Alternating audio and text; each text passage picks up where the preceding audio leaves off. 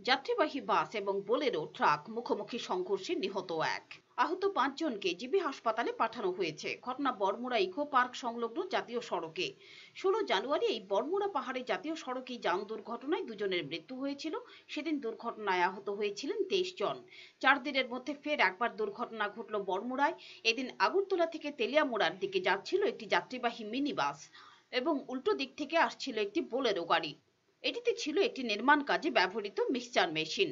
বড়মুড়ার একটি বাঁক নিতে গিয়ে মুখোমুখি সংঘর্ষ হয় গাড়ি দুটোর মধ্যে। এতে ট্রিপারের চালকের ঘটনাস্থলে মৃত্যু হয়। ট্রিপারের সামনের অংশ একদম দুমড়ে মুচড়ে যায়। ঘটনায় আহত হন 5 জন। তাদের নিয়ে যাওয়া হয়েছে তেলিয়ামুড়া হাসপাতালে। ব্যাপারে যে আমরা তো প্যাসেঞ্জার লইয়া আইতাছি এদিকে ওই তো বাস 1443 ডাইরেক্ট যাইতেছি আমরা হ্যাঁ করে বড় করে টার্নিং লইয়া পুরা লুট লইয়া হ্যাঁ ডাইরেক্ট গাড়ি ঢুকাই দিতে দেখি তেলিয়ামুড়া থেকে আগরতলা যাওয়ার পথে। হ্যাঁ আগরতলা যাও। আচ্ছা এখানে কি মারা গেছে কেউ? যে সে কি ড্রাইভার না আউটলুক এটা বুঝি না, গাড়ির মধ্যে ছিল সে মারা গেছে। কোন গাড়ি? ওই যে বলুন স্যার। রিপোর্ট চ্যানেল দিন রাত।